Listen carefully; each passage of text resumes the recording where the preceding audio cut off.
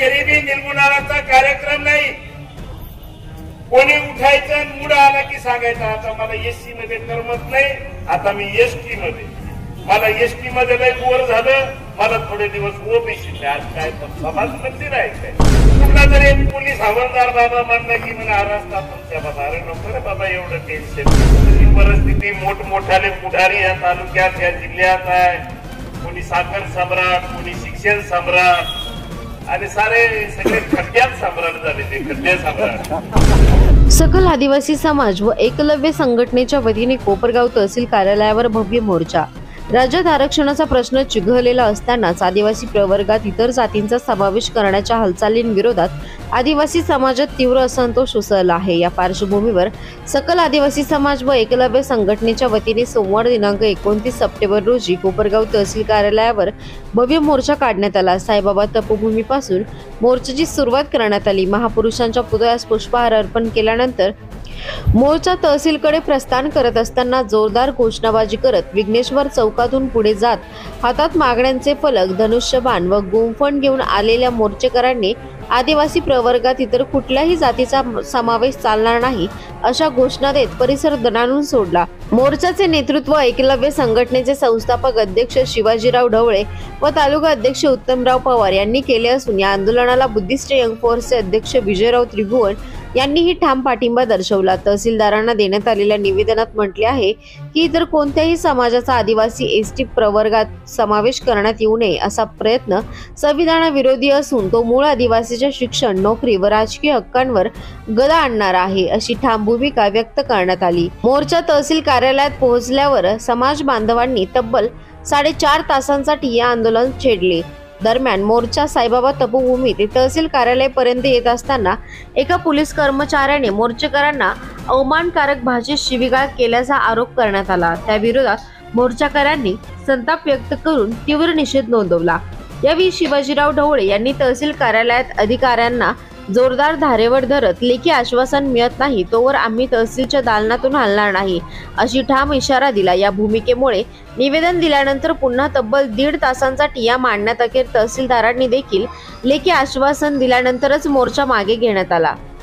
मोर्चाच्या दरम्यान एकलव्य संघटनेचे संस्थापक अध्यक्ष ढवळे यांनी पोलीस प्रशासन, प्रशासकीय अधिकारी आणि लोकप्रतिनिधींवर आपली तीव्र शब्दात भूमिका मांडली. पाहुयात काय म्हणाले ढवळे.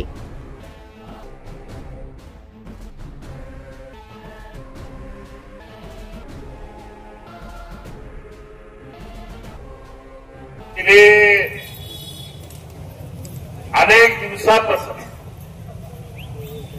म्हणजे मराठा आरक्षणाच्या संदर्भामध्ये राज्य सरकारने हैदराबाद गॅजेट लागू केल्याच्या नंतर महाराष्ट्रामध्ये एक सामाजिक वातावरण बिघडायला सुरुवात झाली आणि बरेचसे असे लोक ज्यांनी संविधानावरती भाषणे केली. संविधानाच्या संदर्भातले अभ्यासक म्हणवणारी लोक आम्हाला एसटी मध्ये आरक्षण द्या अशा पद्धतीची मागणी घेऊन महाराष्ट्रभर बंजारा समाज असेल, धनगर समाज असेल यांनी आंदोलने सुरू. खरं तर आपण सगळ्यांनी बाबासाहेबांचे अनंत उपकार मानले पाहिजे की भारतीय संविधान मोठ्या अथक प्रयत्नानं बाबासाहेबांनी या देशाला 1950 साली दिलं. त्याची अंमलबजावणी झाली आणि ज्या दिवशी अंमलबजावणी सुरू झाली त्याच 1950 साली भारतातल्या वेगवेगळ्या जाती आणि जमातीचं आरक्षण सुद्धा निश्चित करून राष्ट्रपतीद्वारे अधिसूचना काढली 1950. काल परवा माननीय मुख्यमंत्री देवेंद्र फडणवीस साहेब एका धनगर समाजाच्या कार्यकर्त्याच्या उपोषणाच्या वेळी फोनवर बोलत होते आणि फोनवर बोलताना आपण सगळ्यांना एक प्रकारची ऑडिओ क्लिप सगळीकडे व्हायरल झाली. ते असं म्हणत होते की तुम्हाला द्यायची इच्छा आहे, धनगर समाजाला आरक्षण देण्याची इच्छा आहे. वेळोवेळी केंद्राकडे आम्ही तसा प्रस्ताव पाठवलेला आहे, परंतु केंद्राने नाकारला, अनुसूचित जमाती आयोगाने नाकारला, हायकोर्टाने नाकारला, सुप्रीम कोर्टाने नाकारला. आम्हाला तुम्हाला द्यायची इच्छा आहे, पण एसटीचं आणि एससीचं आरक्षण हे संविधानिक आरक्षण असल्यामुळे आम्हाला ते देता येत नाही. असं बोलत. याचा अर्थ काय की आमच्या देवेंद्र फडणवीसाला अडचण काय आहे? बाबासाहेबांना दिलेलं संविधान. त्या संविधानामध्ये संविधानिक आम्हाला जर आरक्षण नसतं तर आमच्या देवेंद्र बाबाने धनगरांना, बंजारांना सगळ्यांना आमचं आरक्षण वाटून दिलं असतं, कारण त्यांची ती स्वतःची इच्छा आहे. आणि म्हणून भारतीय संविधानाचा विजय असला पाहिजे आणि म्हणून डॉक्टर बाबासाहेब आंबेडकरांच्या आमच्यावरती आनंद उपकार आहे. आरक्षण हे काही गरिबी निर्मूलनाचा कार्यक्रम नाही.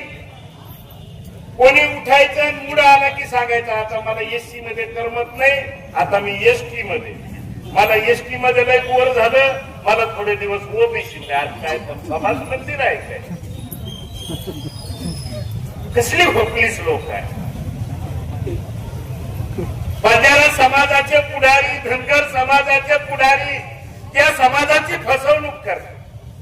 आणि आमचं दुर्दैव आहे की आम्हाला कुणाची भीक नको, पण 10 वर्षे आमचं आरक्षणाचं संरक्षण व्हावं याच्यासाठी आम्ही आंदोलन होतो, याच्यासाठीच करतो. आज तहसीलमध्ये दुसरं काही मागायला आलो का आम्ही? नाही. राशन कार्ड द्या, पिवळं कुपन द्या, आमचे वन हक्काचे दावे दाखल करा, इथं चालूच आहे. ते बसलेलाच आहे तिथे. तहसीलदार एकदम निवांत खुर्चीवर बसला. बाहेर तुम्ही मेले काय, जगले काय? अरे काय अधिकारी आहात तुम्ही?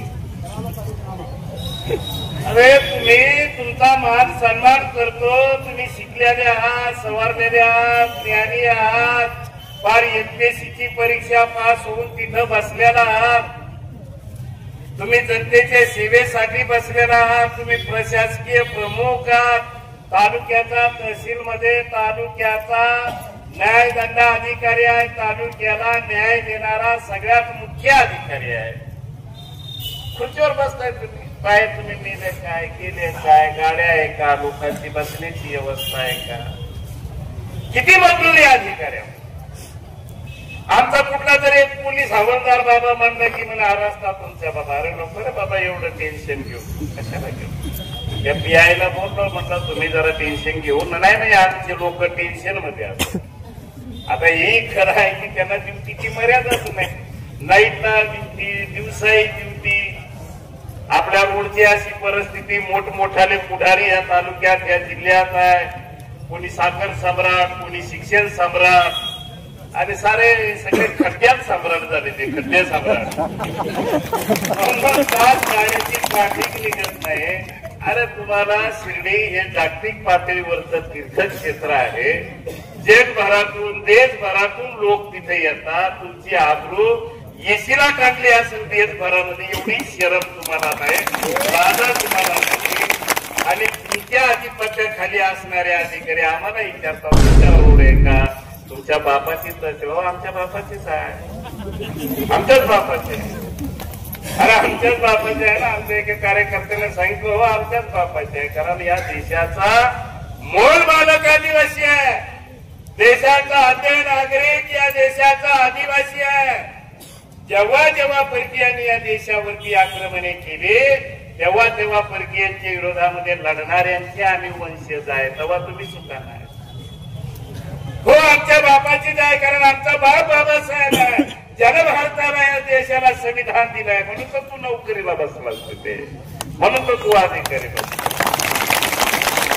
लोकांच्या प्रती इथल्या प्रशासनाची भावना काय आहे हे आपल्याला लक्षात.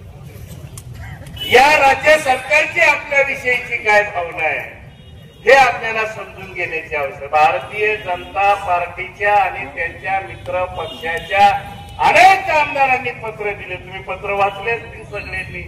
बंजारा समाजाला आरक्षण द्या, बंजारा समाजाला आरक्षण द्या, धनगर समाजाला आरक्षण द्या. आमचं मत घेतो आणि आमचं आरक्षण दुसऱ्याला देतो. मग आता आपल्या आदिवासी पाड्यावर दिसतील का ते बिलाटीमध्ये? कारण आता जिल्हा परिषद पंचायत समितीच्या निवडणूक आहे. आता गावातल्या त्यांच्या त्या बगलबाच्याने मी म्हणणाऱ्या दांडग्यांनी तुम्हाला रामराम श्याम श्याम घालायला सुरुवात केली असेल, गोड गोड बोलायला सुरुवात केली असेल. आता भिलाऊ येत असेल तर त्यांना काय की भाऊ इलेक्शनच्या अगोदर जेव्हा आपल्या आरक्षणवर गदा उदेल तेव्हा तुझ्या बापनं पत्र दिला मुख्यमंत्र्याला की बंजाराला आरक्षण द्यावं. आणि आता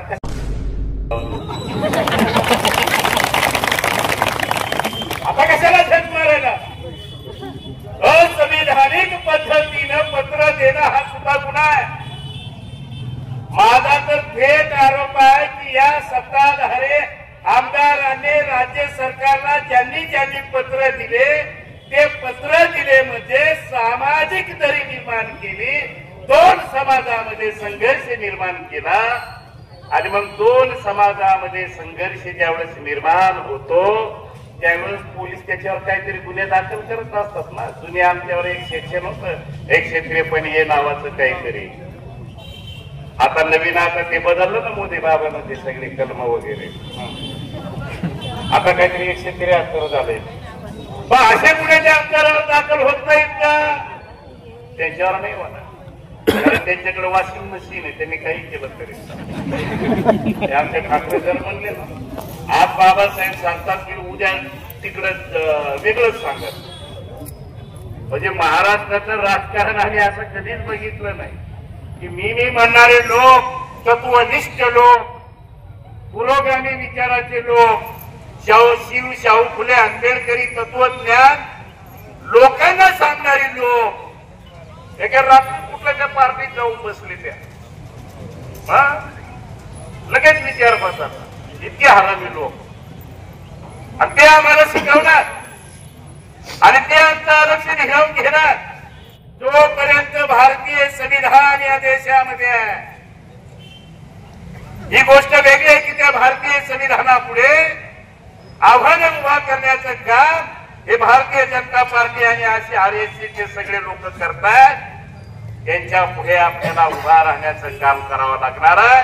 भारतीय संविधानाला धक्कानं लागू देता या लोकांच्या छातडावरती बसून शाहू फुले आंबेडकरांच्या स्वप्नातली समाज व्यवस्था म्हणजे समता, स्वातंत्र्य, बंधुत्व, न्याय या तत्वावर आधारित जे भारतीय संविधान आपल्याला प्रदान केलं याची जपवणूक आपल्याला सगळ्यांना करावं लागणार.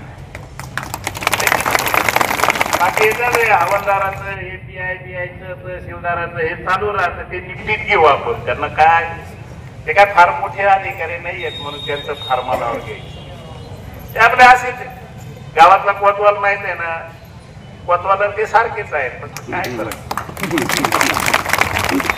आम्ही अनेक निवेदन गावच्या कोतवालाकडे दिले, तहसीलदारला द्यायचीच नाही म्हणलं, कलेक्टरला द्यायचं. तुला आमच्या प्रश्नाची माहितीच नाही, तुझी मानसिकताच नाही तर बिचारा तो गरिबीच्या घरातून आलेला असतो त्याच्यावर दिलं तरी तो तरी गांभीर्याने विचार करल शासनाकडे पाठवल. कारण तोही शासनाचा प्रतिनिधी, हेही शासनाचे प्रतिनिधी, त्याच्यापेक्षा तो. पण हे सुद्धा इथला दलित असेल, इथला आदिवासी असेल, इथला गरीबातला गरीब माणूस असेल, इथला शेतकरी असेल, इथला कष्टकरी असेल, या सगळ्यांच्या बाबतीमध्ये या सगळ्या प्रशासनाची नकारात्मक भूमिका आहे. हे सगळे व्यापारी वृत्तीचे लोक असणारे, अदानी अंबानी यांचं कर्ज माफ करणारे, यांना लोन देणारे, साखर कारखान्यावाल्यांना कर्ज देणारे, त्यांचं कर्ज माफ करणारे, त्यांच्या ईडीपीडीच्या कसल्या चौकशी इन्कम टॅक्सच्या असणारे त्यांना माफ करणारे.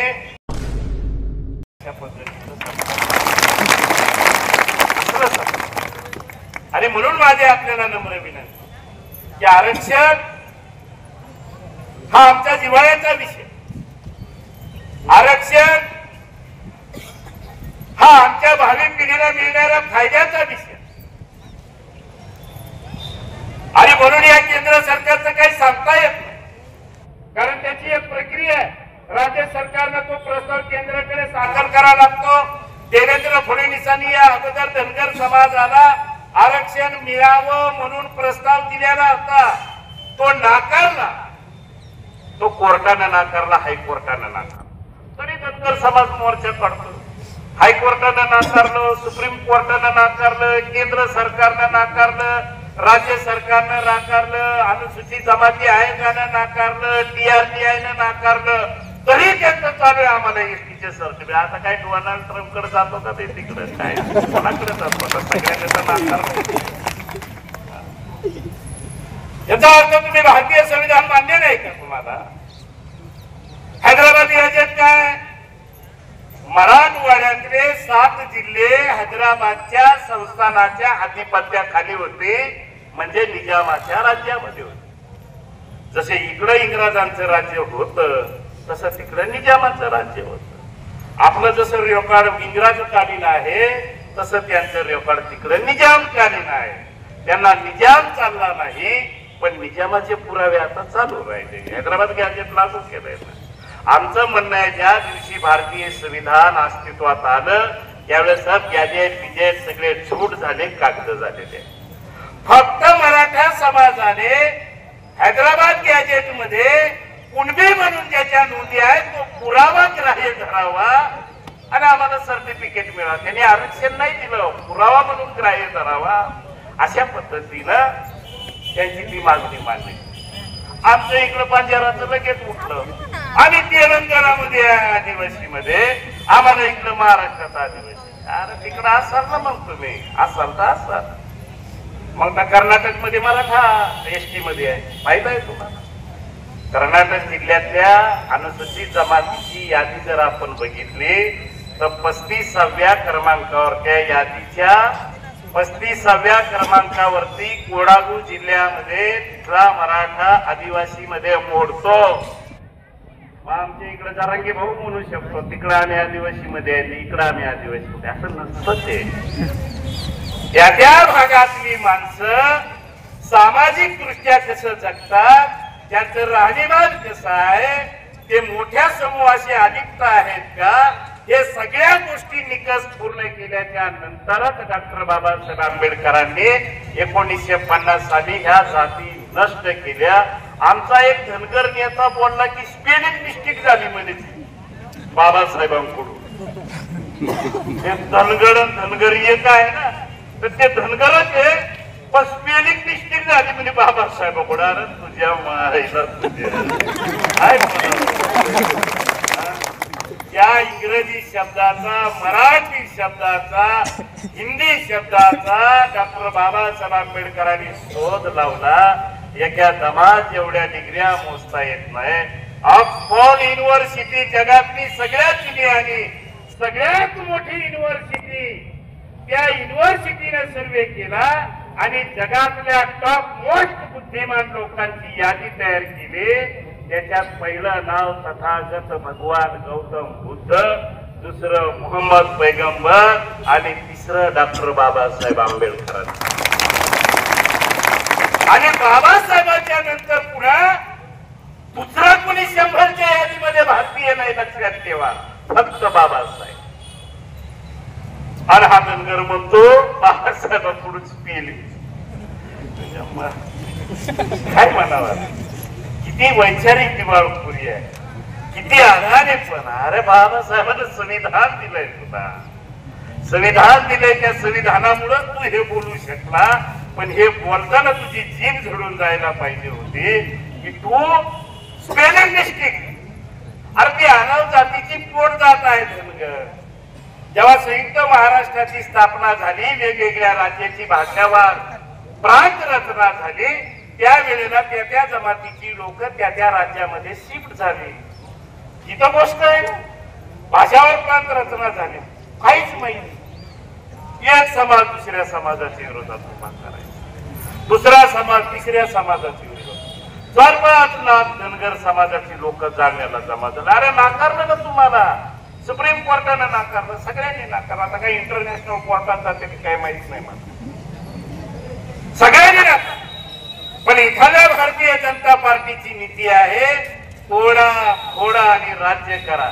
जी ब्रिटिशांची नीती होती तीच यांची नीती आहे.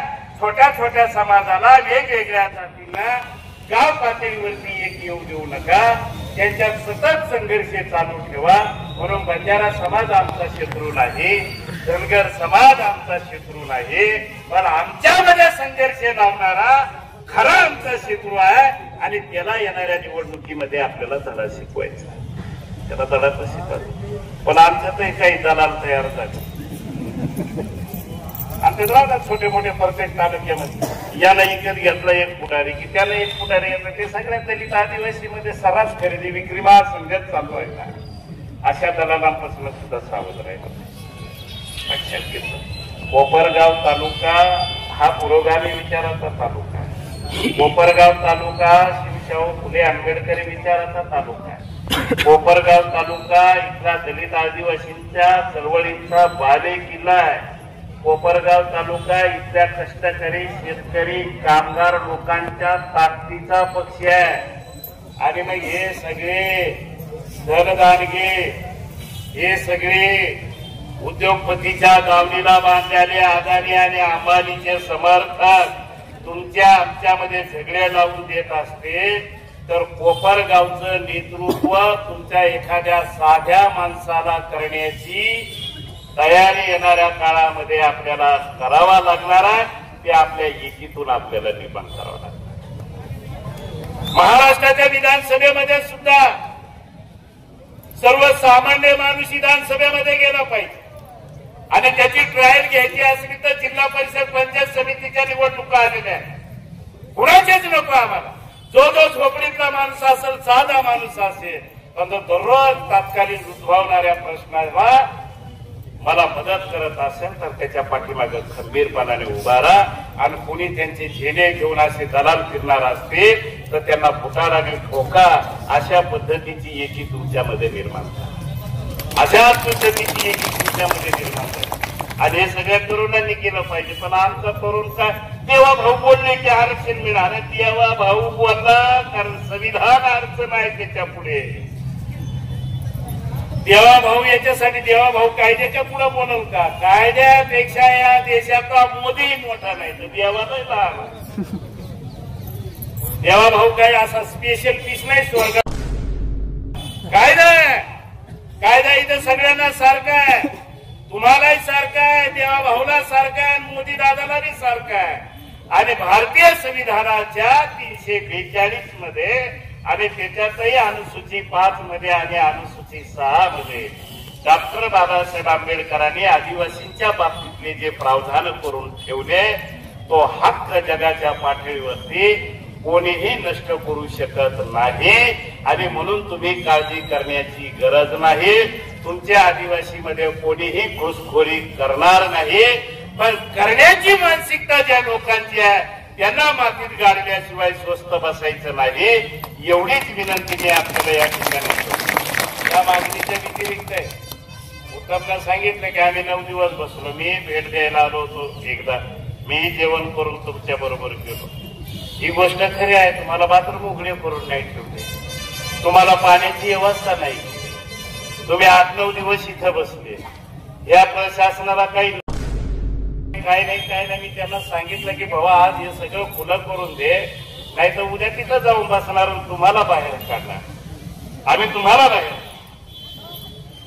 असल्या मानसिकतेची लोक आहेत. आणि त्याच्यामुळे आता येणाऱ्या काळामध्ये तुमची वन हक्काची दावे असतील, गायरान जमिनीच्या असतील, तुमचे सामाजिक वनीकरणाच्या अतिक्रमणाच्या बाबतीतले असतील, राहत्या घराखालच्या जागेच्या संदर्भातले असतील, मासेमारीच्या संदर्भातला असेल, इवन जातीचे दाखले, राशन कार्ड, पुरायला मशानभूमी, या सगळ्या प्रश्नावरती आपल्याला इथं मोर्चे काढावा लागले तरी यांच्या फायदे हालत नाही. मला आता ते बापजी मामा म्हणत होते की 86 वन हक्काची दावे आम्ही दाखल केली, फाईलच झालं ना. या टेबलवरून त्या टेबलवरच जाईल. मी काल परवा वर्ष झालं ना अरे पण तुला एक सांगतो, मी त्यांना विचारू आपण ते कसलं तंत्र आहे ते नितीन गडकरी साहेबांनी 5 मेला अर्ज केला होता एकदा महाराष्ट्र शासनाकडे. किती मेला अर्ज केला होता? 5 मेला. ते एक माणिकराव ठाकरे पहिले काँग्रेसचे प्रदेश अध्यक्ष होते, त्यांच्या 22 वर्षाच्या पोरालाही अर्ज केला होता. 5 मेला अर्ज केला की आम्हाला महाराष्ट्र शासनाची जमीन मिळाली. 8 मेला 250 एकर जमीन देऊन टाकली. किती?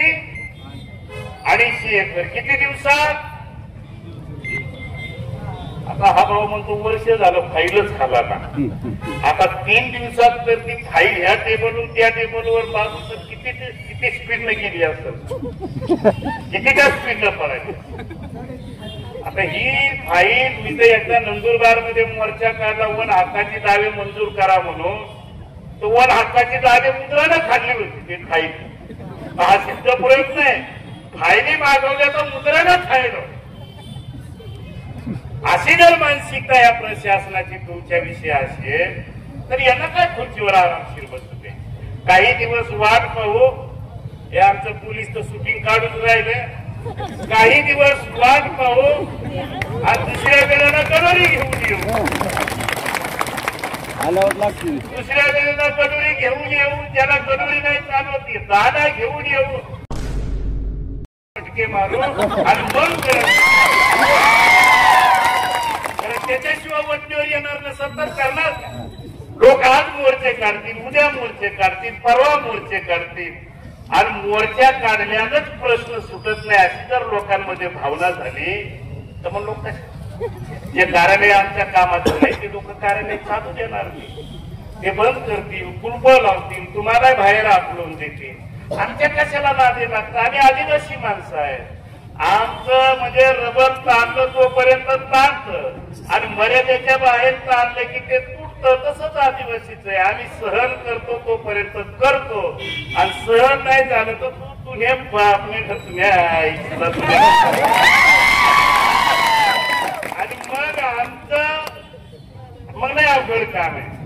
आणि मग त्या अवघड कामापर्यंत लोकांची मानसिकता येऊ नये हीच प्रशासनाला विनंती आम्ही नेहमी करत आलो. पण प्रशासन मात्र ऐकत नाही. वाळवाला येतो टेबलच्या पुढं बसतो, मटक्यावाला येतो पोलीस स्टेशनला पडतो, नबरदोनच्या धंद्यावाला येतो 150 रुपयाचं पांढरे कपडे घालून त्याला मान सन्मान आणि आमचा पिढी जातो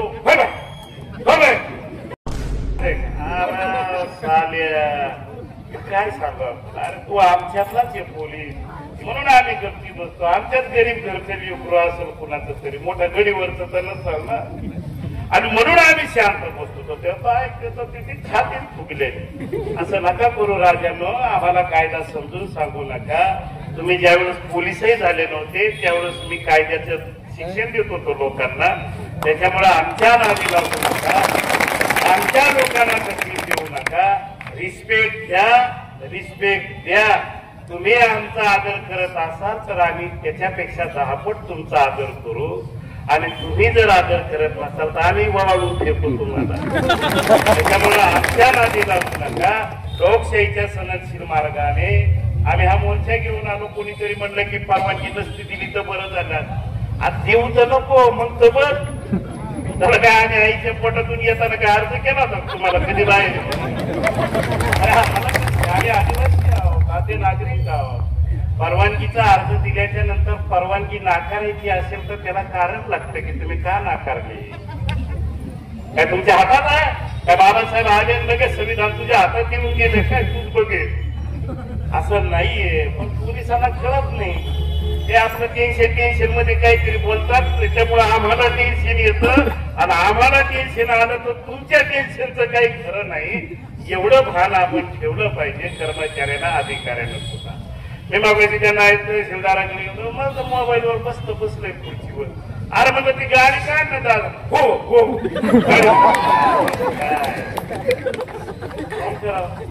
रागाच्या पुढे एक राग असतो किव येणे. त्याचा प्रकार माझा झाला की मला किवी हो राहिली. असलं प्रशासन म्हणल्यावर इथल्या दुर्बल घटकांना, इथल्या मागास प्रवर्गातल्या लोकांना आर्थिक सामाजिक दृष्ट्या वेगवेगळ्या लोकांना तुम्ही न्याय कसे देणार आहात आणि म्हणून ती न्यायाची भूमिका भूमिका आपण ठेवावी हेच जाणीव करून देण्यासाठी आता या मोर्चाचं आयोजन केलेला. सर्वजण अगदी कसल्याही संकटाची वाट न पाहता आपल्या आरक्षणासाठी, आपल्या संविधानाच्या संरक्षणासाठी आपले सगळे बांधव एकत्रित येऊन या ठिकाणी उपस्थित राहिला. त्याबद्दल तुम्हा सर्वांचं मी मनपूर्वक अभिनंदन करतो. सर्वांचं, पोलिसांचं, पत्रकारांचं, या मोर्चाला पाठिंबा देणाऱ्या सगळ्यांचं मी आभार मानतो आणि माझे 2 शब्द संपवतो. जय एकलव्य, जय हिंद, जय महाराज, जय भीम.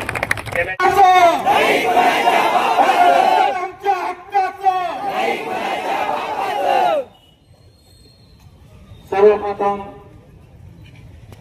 शिवशाहू सर्व महामानवाला विनम्रतः अभिवादन करतो. आजच्या या मोर्चाला संबोधित करणारे एकलव्य संघटनेचे संस्थापक अध्यक्ष सन्माननीय शिवाजीराजे ढोळे साहेब, तसेच आयोजक उत्तमरावजी पवार व त्यांचे सर्व सहकारी, आज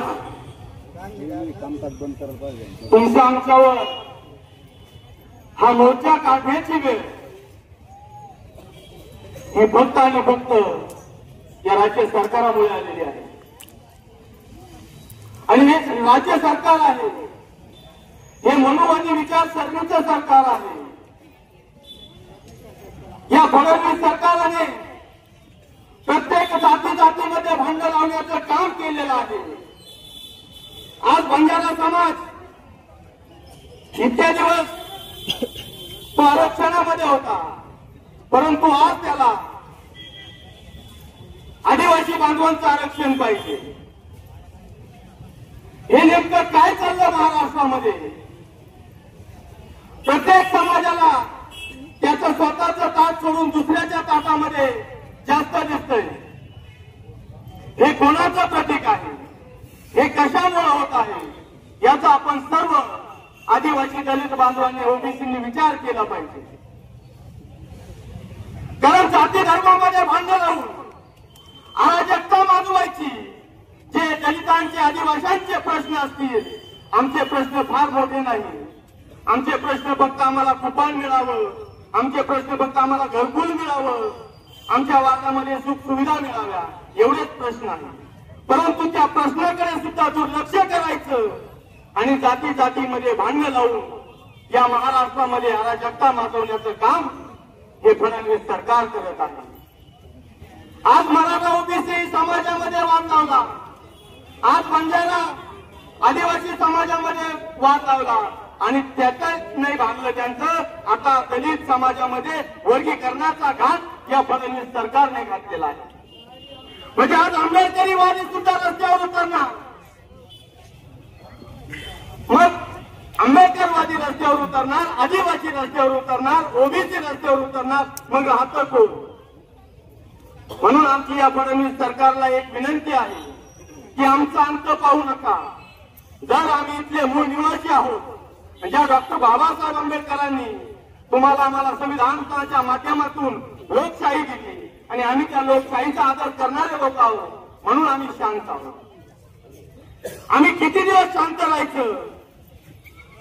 या शांतीचा जर अंत झाला तर महाराष्ट्रामध्ये अराजकता माजल्याशिवाय राहणार नाही आणि या फडणवीस सरकारची पळता होईल. म्हणून आमची मागणी एकच आहे. आम्ही बुद्धिचयन वर्षीय सामाजिक संस्थेच्या वतीनं या आदिवासी समाजाला जाहीर पाठिंबा देतो की तुम्ही बंजारा समाजाला या एसटीच्या आरक्षणामध्ये कुठेही घुसवू नका. आणि घुसवण्याचं कारण नाही, ज्याचं आरक्षण असेल त्यांना तुम्ही द्या, त्यांना तिथं राहू द्या, परंतु समाजामध्ये तेढ निर्माण करून या महाराष्ट्राचा नेपाळ करू नका. आणि म्हणून ढवळे साहेबांच्या साक्षीनं सांगतो, आज आम्ही हा मोर्चा काढलेला आहे की हे फडणवीस सरकार हे मोर्चामधून तरी जागा होईल. जर जागा होत नसेल तर तुम्हाला आम्हाला रस्त्यावरची लढाई लढावी लागेल. आपल्या पूर्वजांनी रस्त्यावरच्या लढाया लढल्या. फक्त माझं तर म्हणणे, हे जे फडणवीस सरकार आहे हे फक्त लोकसंख्येला घाबरतं आणि तुमची आणि आमची लोकसंख्या काय कमी नाही. जर आम्ही रस्त्यावर उतरलो त्यांना महाराष्ट्रात सुद्धा फिरू देणार नाही, एवढं त्यांनी डोक्यात घ्यावं. आणि ते हा जो चुकीचा पाळणा पाडत आहे त्याच्यावर त्यांनी दुरुस्ती करून एसटी समाजाला ओबीसीला सर्वांना न्याय देण्याची भूमिका त्यांनी घ्यावी. कोणामध्ये कोणा घालून वाद पेटू नये अशी मी या महाराष्ट्र सरकारला विनंती करतो. आणि जर असं पुन्हा केलं तर तुम्हाला पाळता थोडी होईल एवढंच मी बुद्धिसंयम कोर्टच्या वतीनं आज नमूद करतो.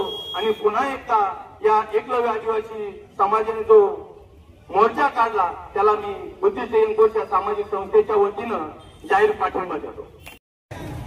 तरी आपण या प्रशासनाला विचारू इच्छितो, जसेच की गावंडे गावाचा एक प्रश्न होता. आजही 6 महिने उलटून गेले तरी सगळ्या फायली आजही तहसीलदार कॅबिनला पडलेले आहे. आमचे प्रश्न आजही सुटत नाही. आम्ही देशाचे मूळ मालक असतानाही आम्हाला आंदोलन करावं लागतात, मोर्चे काढावे लागतात.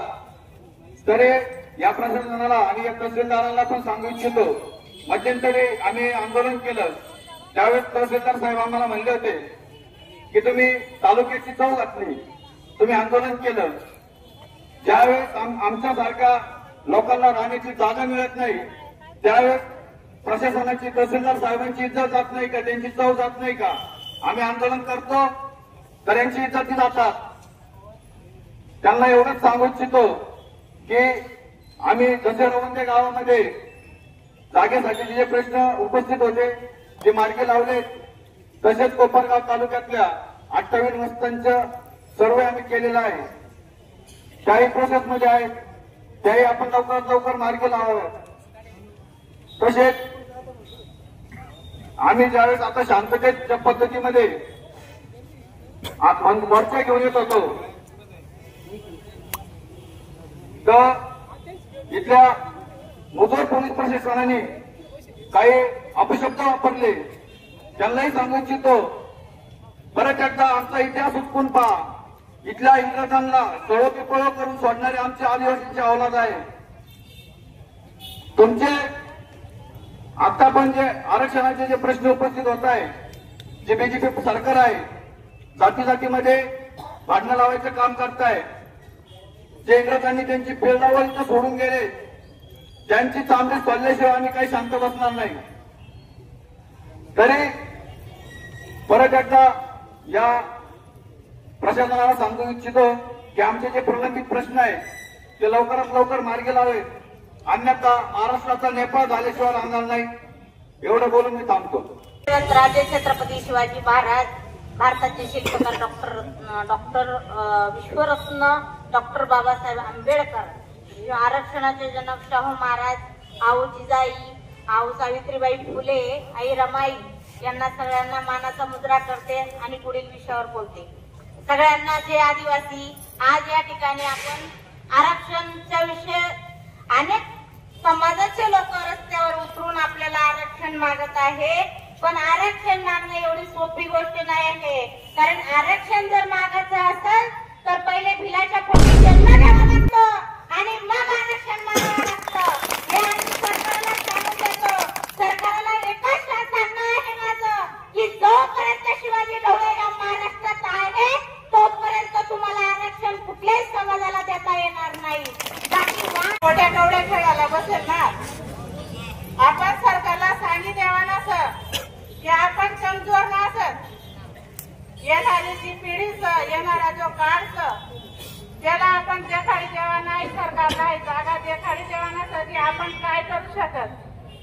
आता निवडणूक इरेने, जिल्हा परिषद इरेनाचं, पंचायत समिती इरेने आणि सवय देखाडा ना त्याचा सांगा की आम्ही कोण सत्व असा. आपण काय सगळं भीट मांडणार आहे ना सर आपला हक्काचं, म्हणून आपण मांडी राहणार भाई. पण येणारा काळ मग काय सांगता येईल, जे राजकीय नेते सत पुढारी सत याचा काय वाटे राहणार. जवळ आपण याचा मत देत आपण याचा निवडी आणत जवळ हे वरती जा नाही तर याची काय आपण एवढा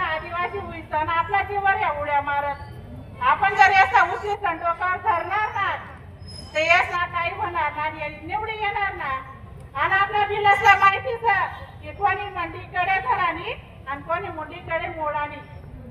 आता येणारा काळ वयाच्या खाली देणार हे नेता जे मोठमोठे पुढारी सर काय सांगताय पुन्हा येणारा आमदार खासदार आपली समजणार हो. आपल्या समाजाला मी पुरा हक्क सर की जेव्हा बोलायला पाहिजे तेव्हा हे लोकांना माहिती पडेल की हे आदिवासी म्हणजे कोण. आपण काय भिकारी ना. मला आदिवासी मध्ये पहिले हे बघा शाळे कसे असतात, शिकार कशी करायची.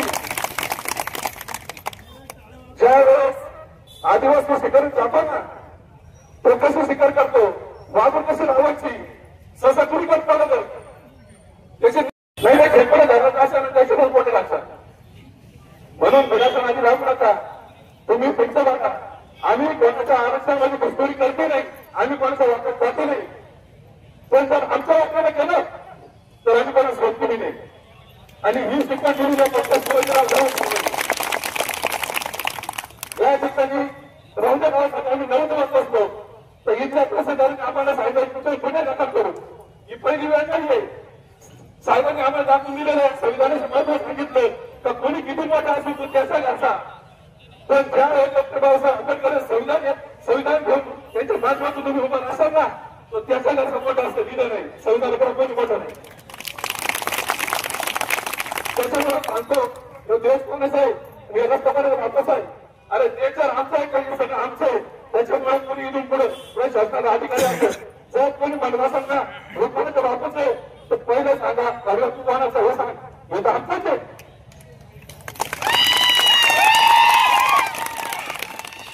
आम्ही आजचा बोलतो या ठिकाणी 4 दिवस उपोषण केलं, प्रशासनानं प्रोटोकॉल केलं, 9 दिवस आंदोलन केलं.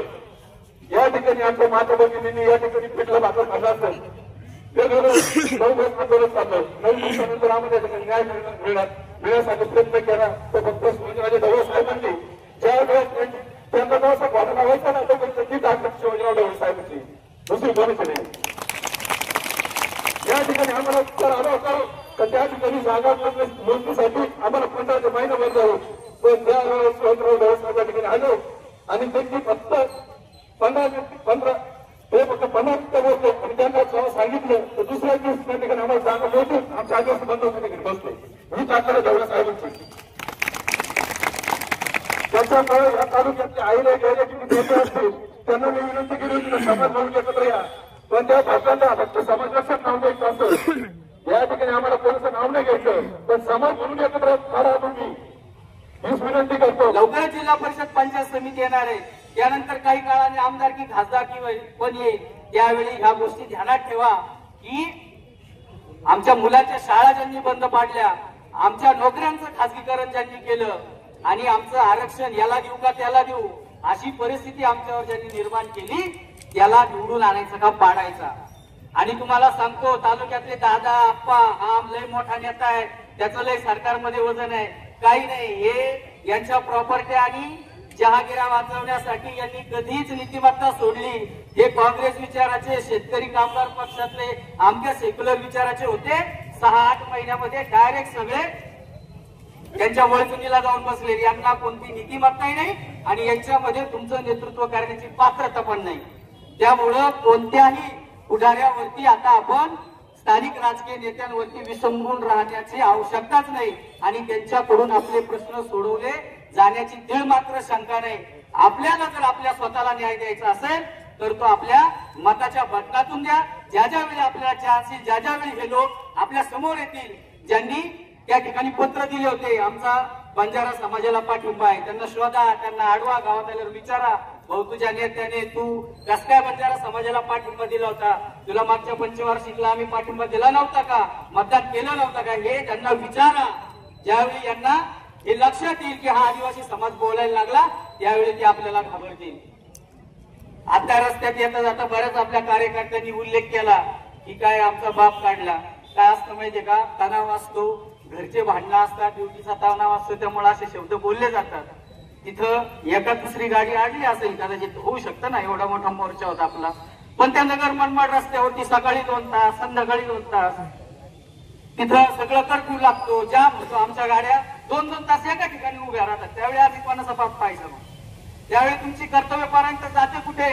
रोज सकाळी 2 तास संध्याकाळी 2 तास जाम होते. तिथं पुंतांबा फाटा आहे, इकडं पूर्ण रस्ता 4 किलोमीटर जाम असतो. त्यावेळी जाता कुठं तुम्ही? तुम्ही तुमचे कर्तव्यपरायण दाखवता ना. तर असं आहे, ज्यावेळी एक आदिवासी समाज रस्त्यावर येतो, आपण पण त्याच समूहातून कुठून तरी आलेलो असतो, त्यांचा आपण सन्मान केला पाहिजे. आपण कोणत्या एखाद्या वर्दीमध्ये आहोत किंवा खुर्चीवर बसलेलो आहोत तरी आपण देखील मानव आहात, समाजाचा एक घटक आहात, एवढं ध्यानात ठेवा अशी या मोर्चाच्या निमित्ताने विनंती करतो. आणि आदिवासी समाजाच्या तर वाटेला जाऊ नका. तरुणांनी बरेच भावना व्यक्त केल्या, मी तशा काही व्यक्त करणार नाही, पण विनंती करतो.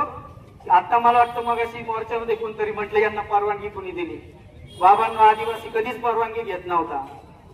याच्या अगोदर आम्ही परवानग्या घ्यायला घेत नव्हतो, आता आम्ही परवानग्या घ्यायला लागलो. कारण आम्ही बाबासाहेबांचं संविधान शिकलो, बाबासाहेबांचा विचार मानतो, आम्ही लोकशाही मानतो, म्हणून आम्ही परवानग्या घ्यायला तुमच्याकडे येतो. आम्ही परत येऊ तुमच्याकडे परवानगी घ्यायला. द्यायचा नाही द्यायचा विषय तुमचा आहे, पण आमचे कार्यक्रम होणार आणि आमचे आंदोलन होणार, हा माझा शब्द आहे.